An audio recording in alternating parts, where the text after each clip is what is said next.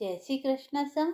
आप सभी का मेरे चैनल पर स्वागत है। ये सुनते हैं सावन मास महात्म्य अध्याय 17। ईश्वर ने सनत कुमार से कहा, देवेश, अब शुभ पवित्रारोपण कहूंगा। पहली सप्तमी के रोज अधिवासन कर अष्टमी के रोज पवित्रारोपण करें। जो जीव पवित्रा बनवाता है उसके पुण्यों का फल सुनो। हे विप्र, वह सब यज्ञ, व्रतदान तथा सब तीर्थों का फल प्राप्त कर लेता है। इसमें कोई संशय नहीं है, क्योंकि सव्रत गता शिवा सब में निवास करती है। अतः न तो आदि दुख पीड़ा तथा व्याधि होती है, न उसे शत्रु से उत्पन्न भय होता है, न ग्रह से उत्पन्न पीड़ा कभी होती है, तथा उसके अल्प या महान सब कार्य सिद्ध हो जाते हैं। हे वत्स, नर और राजाओं के पुण्यों की वृद्धि करने वाला इससे बढ़कर अन्य कोई साधन नहीं है।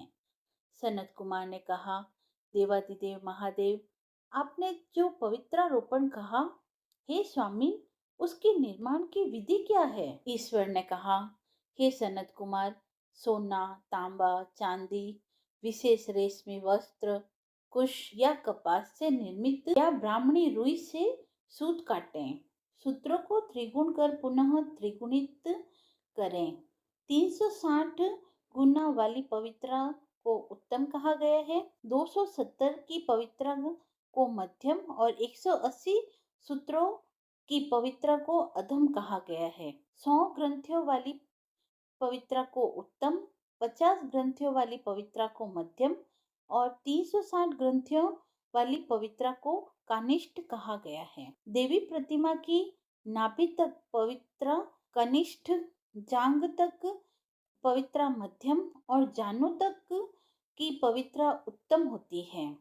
उस पवित्रा की सब गांठों को केसर से रंगे तथा सर्वतोभद्र वेदी पर देवी का अर्चन कर देवी के समक्ष कलश तथा बांस पत्र पर पवित्रा रखें। 3 सूतों में ब्रह्मा, विष्णु और महेश का आवाहन करें। 9 सूतों में ओमकार, सोम, वहिन, नाग, चंद्र, रवि, ईश और विश्वदेव का आह्वान करें और उन्हें स्थापित करें। अब मैं ग्रंथियों में देवों के स्थापन की विधि कहूंगा।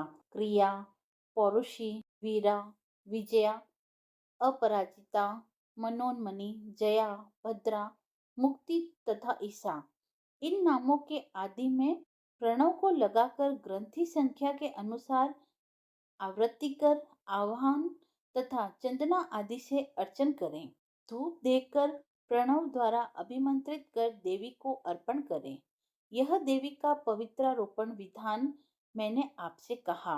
यह दूसरे देवों का प्रतिपदा आदि तिथियों को पवित्रारोपण करें। उन देवों को आपसे मैं कहता हूँ, धनत, श्री गौरी, गणेश, चंद्रमा, गुरु, भास्कर, चंडिका, अम्बा, वासुकी, ऋषि, चक्रपाणी, अनंत, शिव, ब्रह्मा और पितर, इन देवों का प्रतिपदा आदि तिथियों में अर्चन करें। यह पवित्रारोपण प्रधान देवों का है। उनके अंग देवों को 3 तार वाला पवित्रा समर्पण करें। ईश्वर ने कहा, हे विपेंद्र, सावन महीने के दोनों पक्ष की नंबी तिथि के रोज जो कुछ करना चाहिए, अब उसे सुनो। हे विपेंद्र, नवमी के रोज यथा विधि कुमारी नाम वाली दुर्गा का अर्चन कर नक्त व्रत कर दूध और शहद मिला हुआ भोजन करें, या दोनों पक्ष की नवमियों को उपवास कर कुमारी नाम से चंडिका का निरंतर पूजन करें।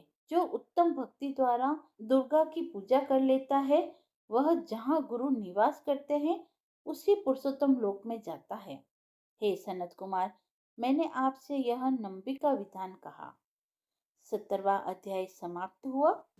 यदि आपको वीडियो पसंद आया हो तो आप मेरे चैनल को लाइक, शेयर एंड सब्सक्राइब करें। धन्यवाद।